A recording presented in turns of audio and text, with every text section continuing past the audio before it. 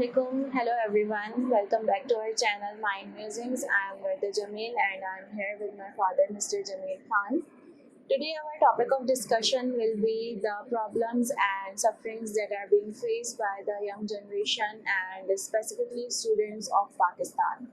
So आज की topic की शुरुआत ये टॉपिक हम लोगों को बहुत ज़्यादा लगा कि इस पे तवज्जो देना बहुत ज़रूरी है और इस पे बात करना बहुत ज़्यादा अहम है, क्योंकि ये मसला ऐसा है जिस पे कोई बात करना नहीं चाह रहा, उसको इग्नोर किया जा रहा है। और अगर मैं बात करूँ तो अपने प्रोफेशनल लाइफ में अगर पिछले 3-4 साल से मैं जो देख रही हूँ, ना पेरेंट्स स्टूडेंट्स के मसले को समझ पा रहे हैं, ना उस बच्चे की बात सुनने वाला कोई है। टीचर्स तो किसी की सुनने को तैयार ही नहीं है, उनकी अलग फ्रस्ट्रेशंस हैं जो वो अपने बच्चों स्टूडेंट्स पे आके निकाल देते हैं। तो बच्चे बेचारे कहाँ जाएं फिर? बच्चे जो यंग जनरेशन है, जिनको आगे जाके किसी ना किसी यूनिवर्सिटी में एडमिशन लेना है, किसी अच्छे कॉलेज में जाना है, तो वो किस मेंटल स्ट्रेस का शिकार है, ये मतलब इस बात पे तो कोई डिस्कशन कभी करता ही नहीं है कि एक बच्चा भी डिप्रेशन का शिकार हो सकता है, एक बच्चे को भी स्ट्रेस हो सकता है, उसको भी एंजाइटी होती है या वो भी परेशान होता है और रोता है। उसके टेस्ट में अगर अच्छे मार्क्स ना आए तो उसको भी खौफ होता है कि मैं घर जाऊंगा तो फिर मुझे घर जाके अपने माँ बाप को मैं क्या जवाब दूंगा कि मैंने टेस्ट में क्लियर नहीं किया टेस्ट, या मेरे साथ ऐसा मसला हो गया। और रही बात के बीच में जो पेंडेमिक आ गया हमारे पास, उसमें 2 साल बच्चे प्रॉपरली स्कूल नहीं जा सके, उनकी रूटीन डिस्टर्ब हो गई। उस वजह से भी जो है वो बहुत से मसले सामने आए हैं, बहुत से प्रॉब्लम्स जो हैं वो सामने आई हैं, जिसमें कुछ बच्चे जो हैं वो बिल्कुल ही आउट हो गए हैं, जिनको पढ़ाई लिखाई से अब कोई इंटरेस्ट ही नहीं रहा।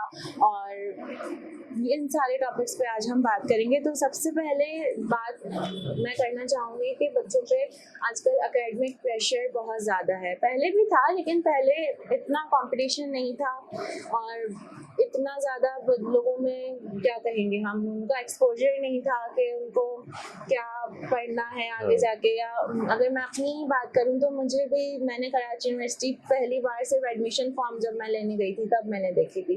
तो अब आजकल के बच्चे जो हैं अगर हम देखते हैं तो 6-7 के बच्चों को भी काफ़ी एक्सपोजर है। उसका मेरे ख्याल में सबसे बड़ा क्रेडिट सोशल मीडिया को जाता है कि उनको पता है कि यूनिवर्सिटी लाइफ कैसी होती है, या यूनिवर्सिटी में जाते हैं तो वहाँ की पढ़ाई कैसी होती है, कॉलेजेस कौन से अच्छे अच्छे हैं। हम लोगों को इस बात की, और अगर मैं आपसे पूछूं तो आपको तो उस ज़माने में तो इतना कोई वो नहीं माना जाता होगा कि बेस्ट कॉलेज में एडमिशन होना चाहिए या इस यूनिवर्सिटी में हो। नहीं, वो सब भी था, जैसे डीजे साइंस कॉलेज और 2-1 कॉलेज ऐसे थे जिनमें दाखिला बहुत मुश्किल से मिलता था। और भेड़ चाल उस वक्त भी थी कि मतलब एक चीज़ किसी ने मतलब कामयाब हो गई, कोई सब्जेक्ट कामयाब हो गया तो सारे उसी सब्जेक्ट में चले गए, तो ये था। लेकिन वजह ये हुई कि आबादी उस वक्त शायद इतनी नहीं थी और उसकी वजह से कंपटीशन इतना नहीं था। अच्छा, नंबर गेम जो था वो इतना नहीं था। परसेंटेज का जो एक वो हाइप क्रिएट की गई है वो उस वक्त नहीं थी। मिसाल के तौर पे मैंने बी ग्रेड लिया था मैट्रिक में, तो उस वक्त वो शायद मेरी फैमिली में, मोहल्ले में और सराउंडिंग जहाँ जहाँ मेरी अप्रोच थी वहाँ वो बहुत बड़ी बात समझी गई थी। और मेरे बहुत सारे ऐसे रिश्तेदार और मिलने वाले जो पता नहीं मेरा उनसे राब्ता भी नहीं था, उन्होंने मुझे गिफ्ट दिए थे। अच्छा, ये मतलब मेरे लिए बड़ी हैरत की बात भी थी। तो उस वक्त आज अगर उस वक्त की मेरी परसेंटेज निकाली जाए तो वो बनती थी 62। तो आज 62 लेने वाला जो है वो रो रहा होता है। बिल्कुल ऐसे ही 62 लेने वाले को तो छोड़ ही दें, यहाँ तो मेरा ख्याल है कि 80 अबव वाले भी वो मायूसी का शिकार होते हैं। तो मेरे ख्याल में तो बहुत गलत बात है। इसकी वजह तो जाहिर है आबादी का बढ़ना है, कॉलेजेस कम हैं और परसेंटेज Universities कम है। ज़्यादा रखी जाती है एडमिशन के लिए, ताकि एक मिनिमम लोग मतलब जितनी सीट्स हैं वो उस हिसाब से फिल हो सकें। बेसिक मसला तो यही है, या तो फिर कॉलेजेस बढ़ाए जाएं या फिर ये परसेंटेज गेम जो है वो ख़त्म किया जाए। दुनिया भर में ऐसा है कि उन्होंने ख़त्म कर दिया है। एक्चुअली हमारे यहाँ फील्ड्स भी नहीं है। अगर हम अपनी बात करें प्री मेडिकल की भी, तो प्री मेडिकल में अगर कोई बच्चा एडमिशन ले रहा है इन फर्स्ट ईयर और उसके माइंड में सिर्फ और सिर्फ MBBS है, तो मैं तो कोशिश ये करती हूँ कि अगर अभी से 9 में मैं पढ़ाती हूँ, 9 क्लास में 8 क्लास में, तो मैं उन बच्चों को अभी से प्रिपेयर कर देती हूँ, उनको रियलिटी चेक दे देती हूँ कि नहीं, आपका ज़रूरी नहीं है कि आपका MBBS में ही एडमिशन हो अगर आप प्री मेडिकल ले रहे हैं। तो हमने भी प्री मेडिकल लिया है, मैंने, मेरी सिस्टर ने, तो हम लोगों का MBBS में एडमिशन नहीं हो सका और इस तरह के बहुत सारे स्टूडेंट्स हैं। तो उसकी वजह यही है, मुझे जितना समझ आता है कि इसमें हमारे पास मेडिकल में सिर्फ वो 2 ही टॉप फील्ड्स दे दी गई हैं कि या तो आप MBBS में चल जाएं या आप डेंटिस्ट बन जाएं। अगर इन दोनों में नहीं हो रहा तो आप ले दे के फिर आप डी फार्मेसी में चले जाएं। इसके अलावा अगर किसी का किसी फील्ड में एडमिशन हो भी रहा है तो फिर उस फील्ड को बिल्कुल लो करार दे दिया जाता है। अच्छा तुम इसमें गए हो, अच्छा, इस तरह से भी होता है। हालांकि कोई भी फील्ड, कोई भी शोबा जो है वो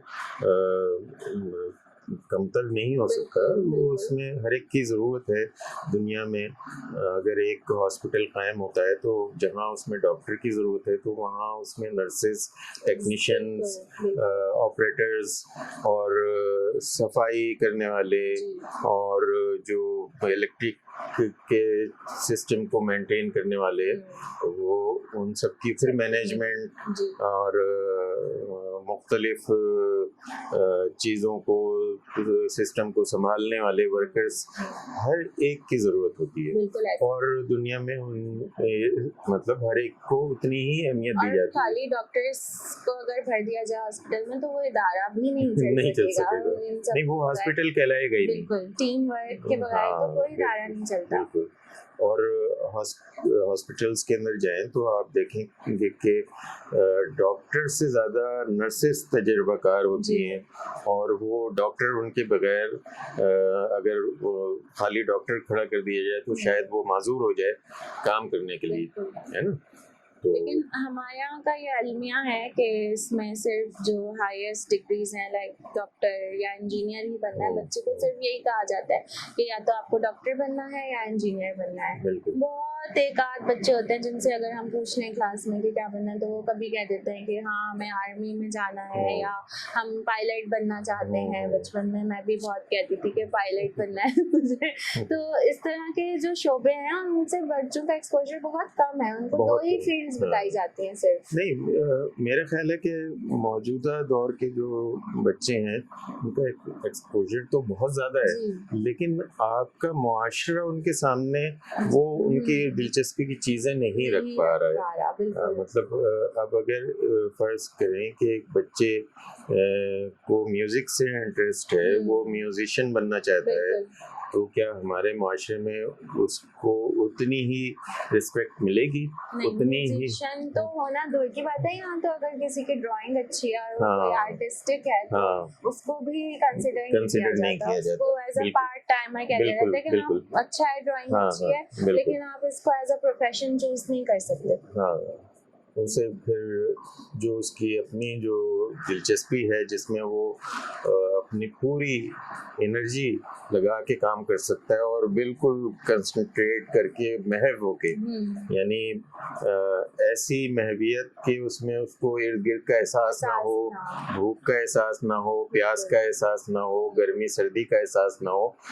ये जो महवियत है ये उस किसी भी काम में उसी वक्त आती है जब आप अपनी मर्जी का, अपनी दिलचस्पी का काम कर रहे हैं। बिल्कुल ऐसे ये वजह है, वरना जाहिर है अगर हमारे यहाँ लोग अपने काम में, आप किसी भी इदारे में चले जाएं, वहाँ लोगों को आप देखते हैं कि वो अपने काम से बेजार नजर आते हैं और टाइम पास कर रहे होते हैं। अगर उनका पब्लिक डीलिंग से उनकी जिम्मेदारी किसी ऐसे शोबे में है जहाँ पब्लिक से वास्ता पड़ता है तो पब्लिक यकीनन सफ़र कर रही होती है, परेशान हो रही होती है, इसलिए कि वो अपने काम में कोई उनकी इंटरेस्ट नहीं होता। वो इस चाहते हैं बात कि से वही बात याद आ गई ना, 3 इडियट्स की फिल्म में ये डायलॉग भी था कि इंजीनियरिंग करके बैंक में जॉब कर। हाँ, बिल्कुल बिल्कुल तो बिल्कुल। फिर उन बेचारों का क्या, वो जो बैंक में जॉब करने के लिए ही एमबीए या बीबीए कर रहे हैं, हाँ। उनकी तो फील्ड यही है। लेकिन एक इंजीनियर है अगर, तो फिर उसके पास इंजीनियरिंग की डिग्री है, तो फिर उसको आगे बढ़तरी दे दी जाती है कि बिल्कुल नहीं, बिल्कुल ही इज एन इंजीनियर,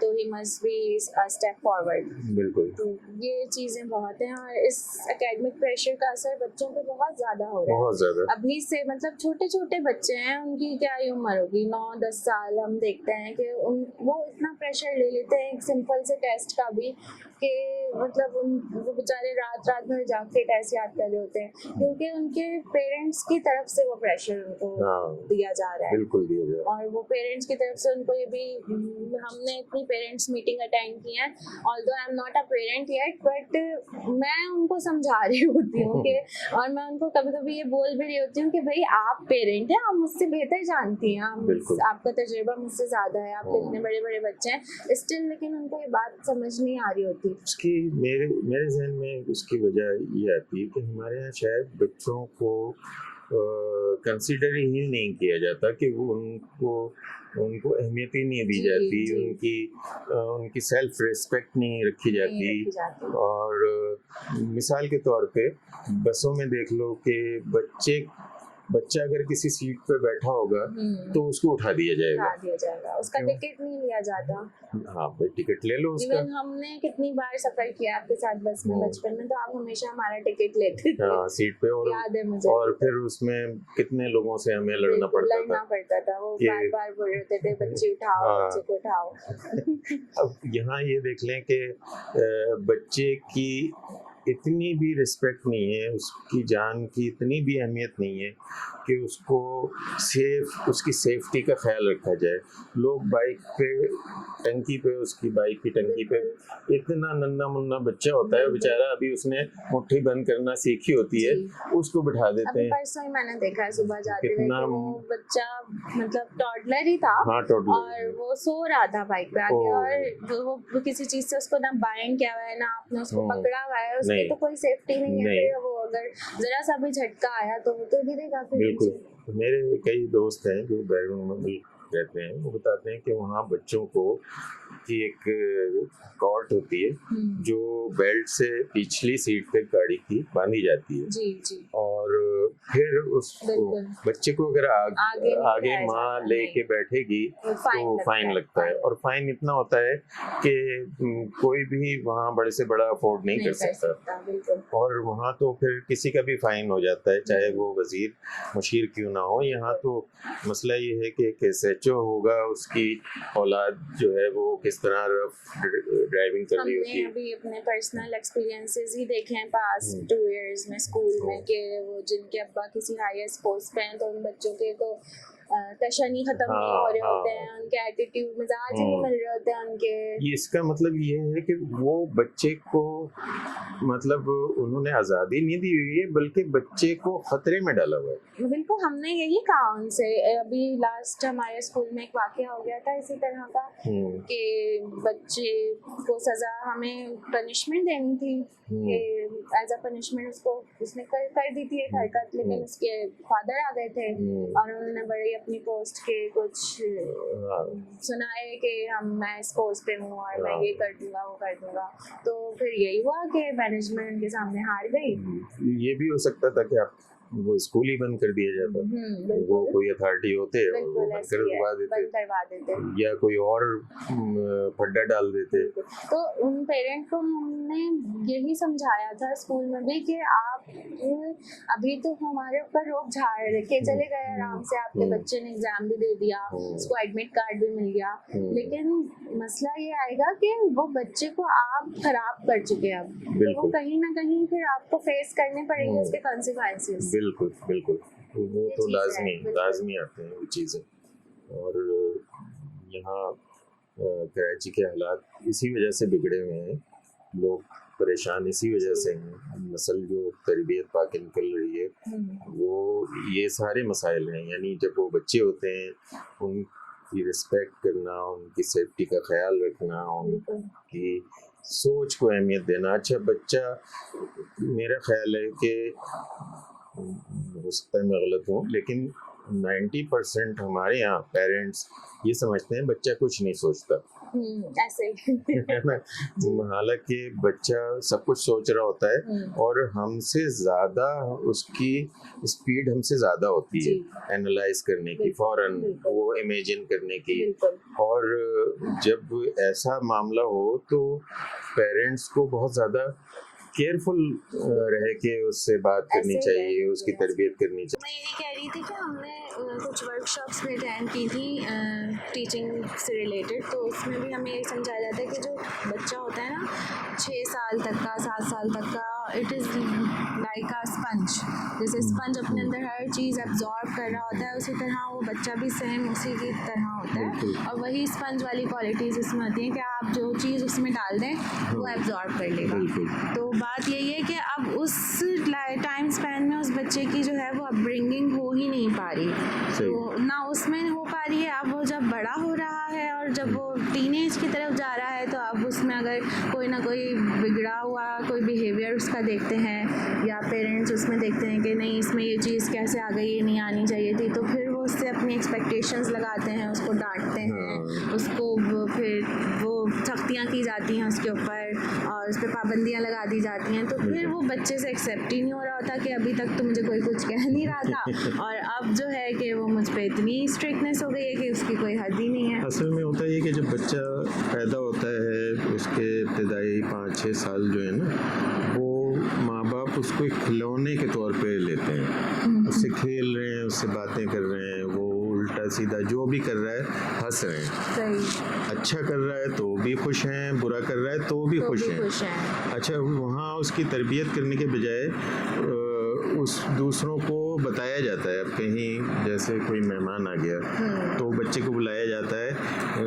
मिसाल के तौर पे, मैं ये नहीं कह रहा कि सब जगह ऐसा होता है, कि एक दोस्त है वो बताने लगे कि वो किसी के यहाँ गए तो बच्चे को उन्होंने बुलाया कि देखो ये मेरा बच्चा है, और वो तोतली ज़बान में गाली दे रहा है और वो सब हंस रहे हैं। तो एक ये मिसाल है, मैं ये नहीं कह रहा कि वो हर घर में बच्चे गाली दे रहे हैं, लेकिन वो मतलब उसी तर्ज की कोई हरकत कर रहा होता है।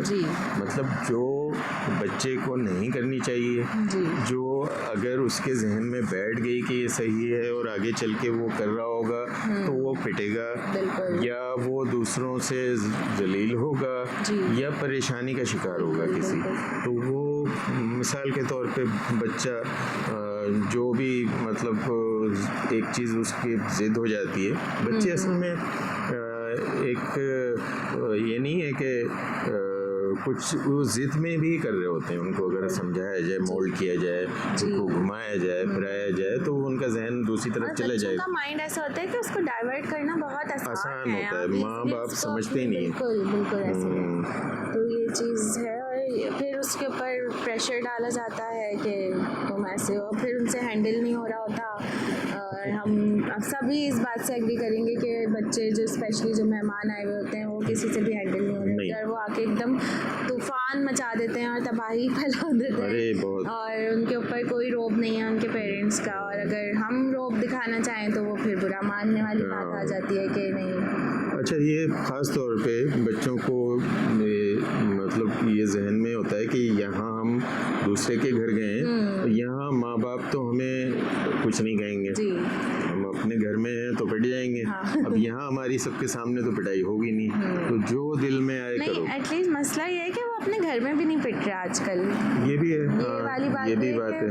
वो माएँ जो हैं वो अपने, अगर उनको कोई किसी बात पे वो फ्रस्ट्रेट हो गई हैं तो फिर वो पीट देंगी, चाहे वो बात इतनी सी क्यों ना हो। लेकिन जो असल तरबियत करने वाली बात है उस पर वो आएँ बाएँ शाएँ करके वो निकल जाएंगी कि नहीं, वो इग्नोर कर देंगे उसको, या अगर वो खुद उस वक्त बिजी हैं तो वो उसको सीरियसली नहीं लेंगे। तो ये चीज़ें, और ये भी है कि हमारे यहाँ बहुत सारी ख़वातीन को समझ में ही नहीं आता कि क्या चीज़ गलत है, क्या चीज़ सही है। बिल्कुल ऐसे। वो उनका दिमाग इतना नहीं रहा है। तो तभी तो वो हमसे आके बोल रही होती हैं पेरेंट्स मीटिंग में कि आप कुछ करें, तो मैं बोलती हूँ कि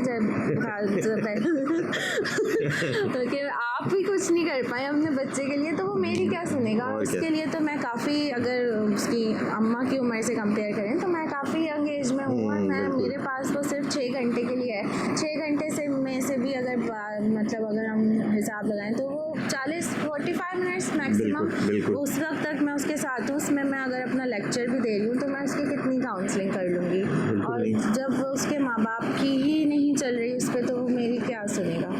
ये तो सुनते हैं बच्चे, कुछ बच्चे हैं जो बहुत उन पर असर भी होता है टीचर्स की बात का, और वो टीचर्स को एज एन इन्फ्लुएंसर भी ले रहे होते हैं कि बहुत वो देख रहे होते हैं, और कि हमारा ये टीचर है जो उस पर हमें जैसा बनना है, या ये बहुत अच्छा है, बिल्कुल ऐसा है। और ये चीज़ें भी हैं कि फिर उसमें टीचर्स के भी एफर्ट होते हैं उसमें, कि टीचर उसमें क्या एफर्ट दिखाती हैं। तो ये है कि एकेडमिक प्रेशर जो है वो इतना बच्चों पे ना डालें कि वो बिल्कुल ही परेशान हो जाएं, और उनको आगे जाके उनके माइंड में बिल्कुल काम करना ही छोड़ दे, और वो मेंटल स्ट्रेस का शिकार हो जाएं। बिल्कुल सही बात है। जो बच्चे ने बनना है उसको बनने दीजिए, जो वो चाहता है उसको करने दीजिए, और आप उसके गाइड करें, आप उसको गाइड करें, आप उसको समझाएं, बताएं कि ये रास्ता ऐसा है। यहाँ मैं आपको एक मिसाल दूंगा। मेरे एक दोस्त हैं, उन्होंने मुझे बताया कि वो जो उनके 2 बेटे हैं, वो सुना लूँ। उनके 2 बेटे हैं। उनके पहले बेटे ने जब 8th क्लास पास कर ली तो उन्होंने उसको हॉस्टल के लिए एडमिशन करा दिया और हॉस्टल में भेज दिया। तो जब हॉस्टल में जाने लगा तो उन्होंने उससे कहा, बेटा अब तुम्हारी ज़िंदगी तुम्हारी है, मैं तुम कुछ नहीं कहूँगा, जो तुम्हें सही लगे उस पे चलना, और जो तुम्हें गलत लगे तुम उससे बचना। तो ठीक है, वो बच्चा चला गया हॉस्टल और इंडिपेंडेंट अपनी पढ़ाई करने लगा। जब दूसरा बच्चा 8th क्लास से पास कर लिया उसने, तो जब वो उसको भेजने लगे तो उसने पूछा, उसको भी इसी तरह उन्होंने बताया कि बेटा अब तुम अपनी मर्जी में के मालिक हो, अपनी ज़िंदगी में आज़ाद हो, तुम्हें अपने अच्छे बुरे की जिम्मेदारी तुम्हारे ऊपर है। अब मुझसे कोई तवक्को नहीं रखना कि मैं तुम्हें गाइड करूंगा या तुम्हें कहूँगा कि ये काम करना है, ये काम नहीं करना। तो वो बच्चा, उसने सवाल किया, वो बड़ा ज़बरदस्त सवाल था। उस बच्चे ने पूछा, बाबा क्या कौन सी बात गलत होगी और कौन सी बात सही होगी, ये फैसला मैं कैसे करूँगा। तो उसके बाबा ने उससे कहा, बेटा बात ये है कि जो बात तुम मुझे बगैर झिझक के आके बता सको वो बात सही होगी, और जो बात नहीं बता सको समझो कि वो गलत होगी। ये बहुत अच्छा मैसेज है इस बात में। तो इसी मैसेज पे आज का हम अपना सेशन एंड करते हैं, और ये सेशन जो है इसकी सीरीज़ कंटिन्यू रहेंगी। और आज हमने, अगर हम बात करें कि प्रॉब्लम्स फेसिंग बाय स्टूडेंट्स का, सिर्फ और सिर्फ एक स्टार्टिंग पॉइंट जो है वो डिस्कस किया है, विच इज़ एकेडमिक प्रेशर, और स्टूडेंट्स किस तरह से उसको डील कर रहे हैं, और इसमें पेरेंट्स और टीचर्स किस तरह से उनको सपोर्ट कर सकते हैं, ना कि उनको सपोर्ट करने के बजाय वो उन पर प्रेशर डालें, बल्कि उनकी सुने, उनसे बात करें बैठ के, और उनके मसाइल डिस्कस करें कि उनको अगर किसी सब्जेक्ट में मुश्किल हो रही है तो वो सब्जेक्ट में मुश्किल उनकी किस तरह से हल की जा सके। या अगर एक बच्चा मैथ्स में इतना ब्रिलियंट नहीं है, हर बच्चा हर सब्जेक्ट में ब्रिलियंट हो भी नहीं सकता, ऐसा पॉसिबल ही नहीं है। तो उसको अगर उसमें मुश्किल हो रही है, अगर नहीं कर पा रहा है, तो उससे सिर्फ ये बोल दें कि हाँ ठीक है, ओके फाइन, आप सिर्फ इसमें पासिंग मार्क्स भी ले आओ तो हमारे लिए इनफ है। आपका इंटरेस्ट जिसमें है आप उसमें अपनी वेज बनाओ और उसमें अपने रास्ते तलाश करो। तो इसी के बहुत सारे हमारे पास पॉइंट्स हैं जो हम time by time, episode by episode discuss करते रहेंगे। तो स्टे ट्यून्ड फॉर दिस।